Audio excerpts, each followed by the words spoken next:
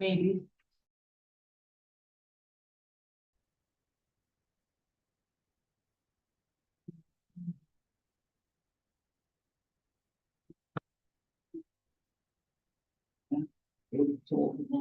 And then we go mute. All right, we are live.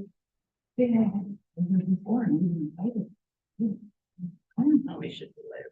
Got it. Yep, we are live. All right. It's 15. All right, yeah, we have 8:15, call the meeting, the 12th meeting order for the Joint County Conservation Committee. Roll call, Kim Kennard and Jim Kroll has to be excused today. And I also want to introduce Jeremy Kroll, our new county administrator. I'll give Jeremy a minute. He wants to say some words to introduce himself. Thank you very much, Mr. Chair. Hello, everyone. I'm Jeremy Krell. I'm the new county administrator. Started February 19th, so this is my third or fourth week on the job. It's been great getting to know people. The staff and team has been just fantastic with welcoming me aboard. Getting to know the needs of the county and get familiar with everybody, the county board and the staff and the leaders. It's really just been a fantastic experience and grateful for the opportunity to join the Kewaunee County team, and happy to be here this morning. Thank you, Jeremy. We'll move on to item number 3, approval and repair of the agenda. I would like to move 7C with Brian from USDA up to after 4, so I'll need a motion. Make a motion for the agenda as written and that change. A motion by Nick, second by Derek, all in favor, signify by saying aye. Opposed, same sign, motion carries. Number 4, approval and repair of the January minutes. If everybody had a chance to take a look at those. If so, I'll need a motion. Like a motion. I'll second. Motion by Derek, second by Nick, all in favor of the motion, signify by saying aye. Aye. Opposed, same sign, motion carries. All right, we'll turn it over to Brian.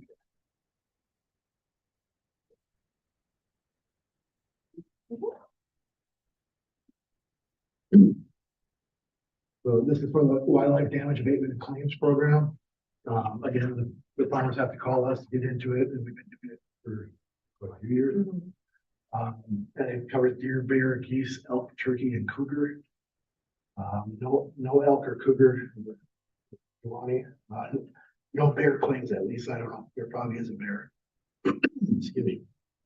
So after they go through all the things like having me out there looking at their crops, I look at I do the appraisals of their crops, take my own samples and figure out what's eligible damage and what's not, whether it's deer, turkey, or goose. And we have some newer people. Dustin, number 2, Smidle, he took over James Wachek's farm. Yeah, that's his son-in-law. So that's pretty much the same amount of damage, just a different owner now. And then Philip Lacrosse, he's over on Sleepy Hollow. He's renting on Sleepy Hollow Road. It's it's the name of the I owner. can't either, but I know. It's got a whole bunch of comments. Yeah, okay. Yes. Yeah. I mean, And that's like goose heaven. And he's trying to deal with that. So it's his first year there, and he's realizing that it's a tough place to grow anything with all the geese there. And he shot a bunch of geese, and that's just getting started for how many are there. So they have to shoot a certain number of deer. They have a quota. They have to shoot either 50% in 45 days, or 80% by the end of the season, or 80% by September 15th, depending on what position they're in. And everybody in the deer part of it did what they were supposed to. My colleague did not have a turkey permit, and Philip doesn't have a quota for goose. They don't have a quota that they have to shoot a certain number. It's just sort of a bonus. but again, they can't keep the goose, right? But yes, Yeah, that's. you cannot keep the goose for food, or you cannot give them no panic. You burn them or incinerate them. I mean, burn them or landfill. Doesn't make anybody happy. That's not my choice, and that's not even the DNR's choice. At the bottom is everybody that's involved that didn't ask for a claim or isn't eligible for a claim because they're in an Act 82 permit, it's called. The Act 82 deer permit just gives them a chance to take care of some extra deer without the hunter requirement and no claim. And there's a lot of guys that get in for goose that just, you know, they feel like they're solving their problem, just shouldn't feel it. And on the back is just comparison for last year.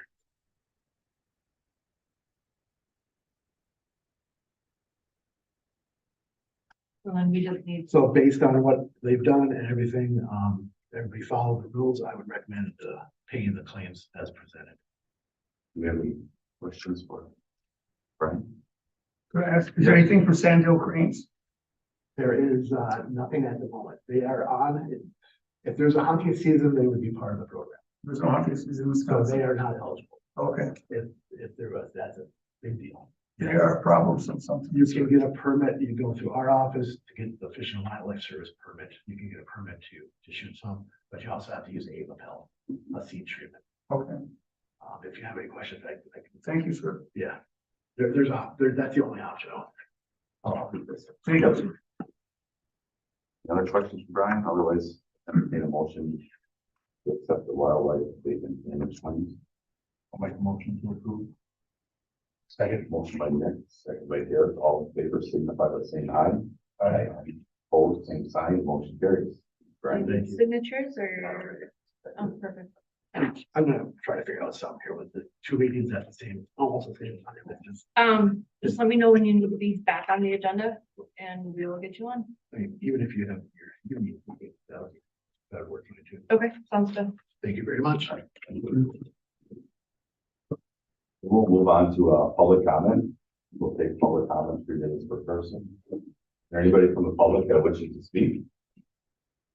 Anybody from the public that wishes to speak? Is there anybody from the public? Yes, Sue? Sue Weiser from the town of Weskewaunee.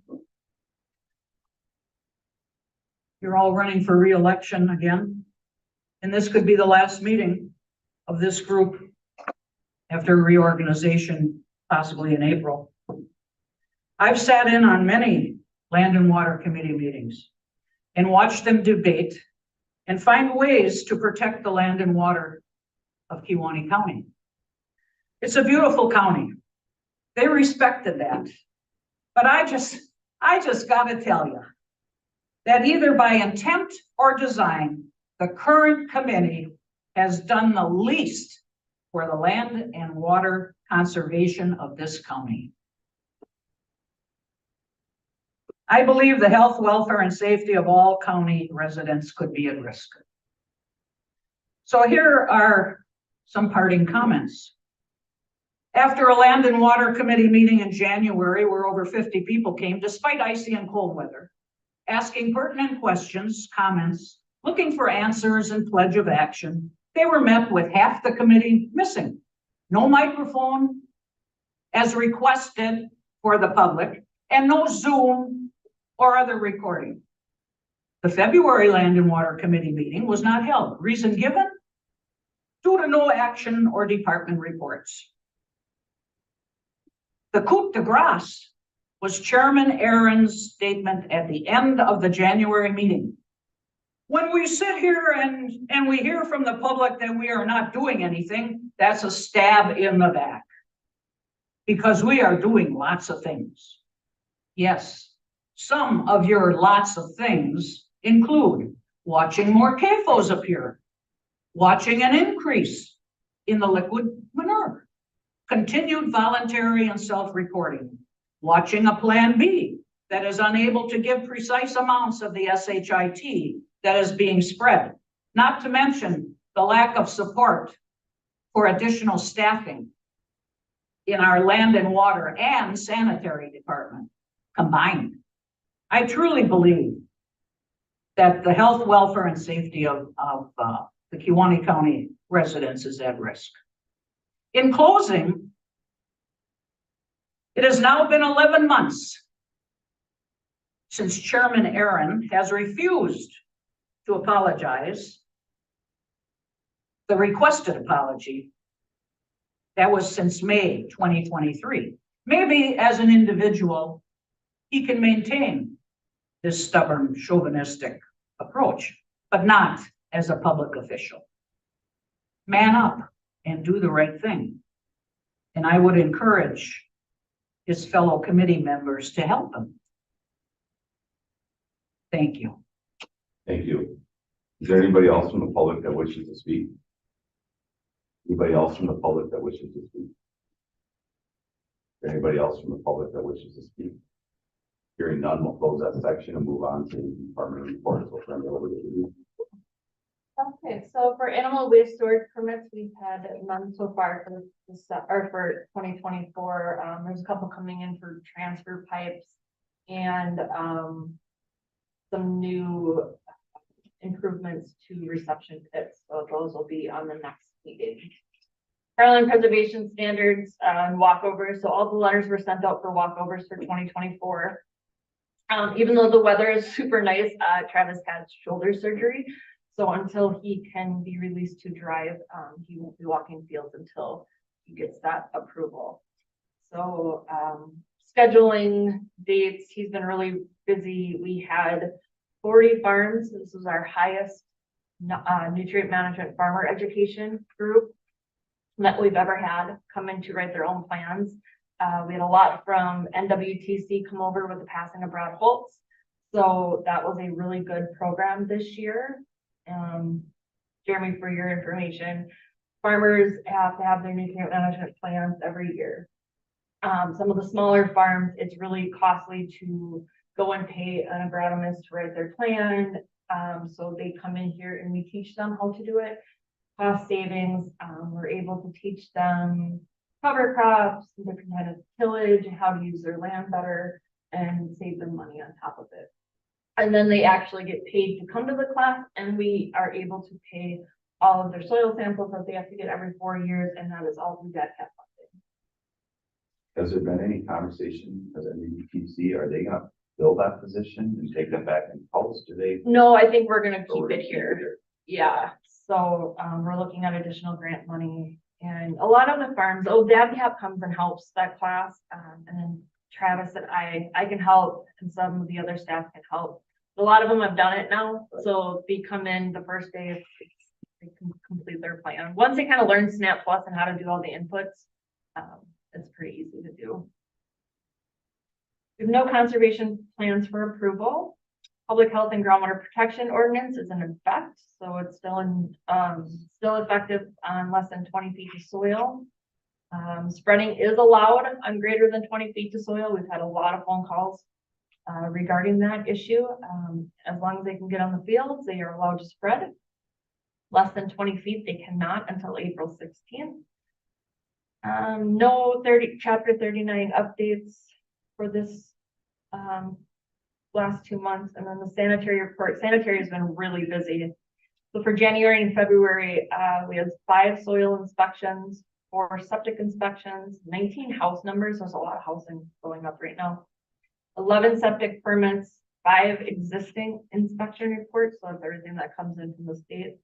And then Andrew has 2 shoreline zoning hearings coming up. I'm going to get the number that we did last year, but it was really high. So those are people that are building within the shoreline zoning areas, which is either 300 feet from stream or 1,000 feet from the lake. A lot of them are missing setbacks or need a approval for a setback, which goes through our other committee. We have a shoreline zoning committee, and so Andrew takes care of all those hearings, and then it's up to them to do the site review and then the meeting, and then they make the decision. Well, testing, as of right now, our next date is set for May 13th. So that will open in April, probably April 1st. I'll open registration for that. We're still seeking funding, so we're trying to figure out funding for that, and we're hoping that we receive funding to make it $10 a person for the kit. So that is our hope at right now. Other things that we're working on is I'm working on submitting the DATCP annual work plan and the staffing grants. So 100% of my salary and benefits and 50% of our second person, which is Paul right now, we're reimbursed by DATCP. So that, at the end of the year, we get like I said, mine, and it's supposed to be 70% of Paul and then 50% so on, but the state runs out of money. I think it was around like 180,000 last year. So that's a grant that we have to submit every year. So that's due in April. We're also working on 3 small farms, submitting trim grants. So that'll be for manure storage, barnyard runoff. These 3 farms don't have any storage at right now. They're all less than 50 cow dairies. So we're working on getting them some stacking, structures and, fixing some of their runoff issues that they have on site. And we'll also be working on updating the new floodplain ordinance as we're getting new maps coming from the state. They redid the maps, so we have to update the ordinance, and we are working with all of that. I think that's it. There's other things too, but those are the main things. Questions for me? On the farmland preservation standards, do we know what's scheduled for this year? How many farms, how many acres that Travis will be walking or not? Just out Yeah, of curiosity. it's usually, I want to say it's usually around 100 farms a year, but I can get that to you. The number always differs, but the acres are pretty similar because we have 4 years to walk over everyone's land. And it has to be walked over once every 4 years. So we try to keep the acres the same so that 1 year we don't have, 5,000 acres, and then the next year we have, 2,000. Right. So we try to keep that pretty much the same. But I can get those, and I report as he does them. So, but I can, I'm working on the 2023 annual, or what we did. So annual report too, which has those numbers that I also have to do for that. Any other questions for Davina? We'll move on to cooperating agencies. There's no one here from NRCS today. I did see, what funding is open for NRCS. So you want the NRCS office, you're planning on signing up for any equip funding this year and talk to them behind the counter and they'll get you squared away. Yeah, and everyone that works with us for like trim grants, we also send them to NRCS, because if you don't get the trim grant, sometimes you get NRCS. And sometimes you can actually get both. And as long as you don't go over 100%, we can fund sometimes full projects. But NRCS has a deeper pockets than the state. So we're always working with NRCS on almost all of our projects. So We'll move on to number 8, other matters to discuss, public health and groundwater protection ordinance. I'll turn it over to you. yeah, so we've had a couple farmers call because it's been so nice that they've wanted the date of April 15th lifted. I told them that has to be through this committee as it's stipulated in the ordinance. My recommendation, and this is only for discussion only, yes, it's been super nice, but winter is not over yet. As we all know, it's 90 days from the fog is the end of March. So if they were to lift it, looking at maybe an April date to reevaluate the weather. And even then, we've had this ordinance since 2018, and it was voted on by the public at 87% on the ballot. So the public wants this ordinance in place. So the people that are calling are not in emergency situations. So they just want to start spreading. We're asking them or telling them to spread on their greater than 20 feet to soil so that we can protect the groundwater. So that's where I put it on. I was discussing with Aaron, so we put that on the meeting for discussion. I do personally agree with Davina. You look outside, we think it's middle of April weather, but we look at the calendar, it's March 12th. We still don't, in the next 3 weeks, this is our most vulnerable time of year. It's proven that groundwater recharge happens here in March. So I'm not in favor of lifting that ordinance. I would say we can readdress it maybe beginning of April and see what the weather is at that time. But at this time, I just don't feel it's right to lift that ordinance. We've come a long way with groundwater and well testing, and we've seen positive results by not spreading. from January to April 15th. And I know that's not an option for today, it's a discussion only. If it were an option for today and we decided to, does that go into effect immediately or is there a 48-hour? Nope, it would be whatever, so if it was an action item today, which it's not, so say you wanna hold a meeting next week and the committee makes a motion to lift it as of that moment, you guys would set that date and time when it was lifted. And that's how it's written in the ordinance. So if we were to hold a special meeting, I don't know how long that has to be public notice, but I would have to work with Dave to do a special meeting. 48 hours? Leave for typical meetings, 24 is adequate notice and posted in public as required. Okay. I would be in favor of reevaluating at the end of March, very beginning of April. At that point in time, we would have a snapshot into the 10-day forecast. And it may be a moot point if the 10-day forecast, or we picked up a bunch of precipitation at that point. I don't think there's any point in having a meeting. If conditions stay as they are right now and the 10-day forecast looks to be continuing the same, then I think at that point there'll be farms that are already planting at that point in time and may have put nutrients on that field prior to planting. But again, in 3 weeks, we'll know a lot more. In hindsight, it'll be 2020. So very end of March, very beginning of April would be worth reconsidering if weather patterns stay the same.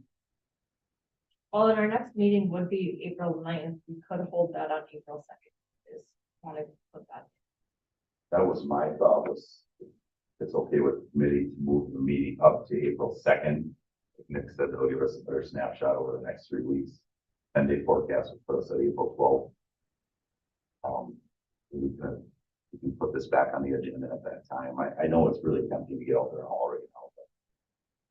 But like I said, groundwater recharge at this time of year this is when we get our most groundwater recharge. Right. So all it's gonna take is yeah. a 3-inch rain. And we really want, when we're in spring, we want that nutrients to go on as close to planting as possible. So I don't know what the soil temperatures are right now. I don't know what it's gonna do in the next 3 weeks, but every year we get some type of heavy rain in either the end of March or the beginning of April. And that's what we're trying to get this ordinance. That was the intent of this ordinance by going to mid-April, was to bypass the winter melt and the runoff conditions from the spring rains that we yes, this is a non-typical year, but yeah, we'll see what happens in the next couple weeks. Something, you know, with this warm weather, we haven't seen like things start kicking off yet. As you know, you would think like cover crops and stuff in the green, but they're not. I mean, maybe it's a good thing. The things ain't just taking off and growing yet, but you don't quite see it like Right. you almost think it would be as warm as it is. Yeah, so we have different indicators that we can definitely look at. So why don't we just roll into the scheduling of a future meeting then? I would like to move it to April 2nd if it is to your guys' schedule. Yep, that's fine with me. We'll move it to April 2nd at 8:15 in the morning, and then we'll put this agenda item back on. We'll assess it again. And then we'll just wait for elections for the May, in case something changes. Yep. Which I don't know when. Do you know when the restructuring meeting will be? The restructuring meeting tentatively, but pretty officially is scheduled April 23rd. Okay, I so, think April 2nd is also election day. True. I so, don't know if that's scheduling. Yeah, I think we can have a meeting. Yeah. Jamie usually doesn't like the county board meetings. yeah, this meeting will be fine. So tentatively, if there's no changes, it would be May 14th, because we always do the second Tuesday of the month at 8. Tentatively, we could put in that May 14th, and then if there is a change, depending on whoever is county board chair and who the elections go to, we can make changes. Do you have any other questions before we wrap it up? All right, then we'll look for a motion for adjournment. Motion by Nick, Second. second by Derek, all in favor of the motion, signify by saying aye. Aye. Opposed, motion carries, adjourn at 8:40.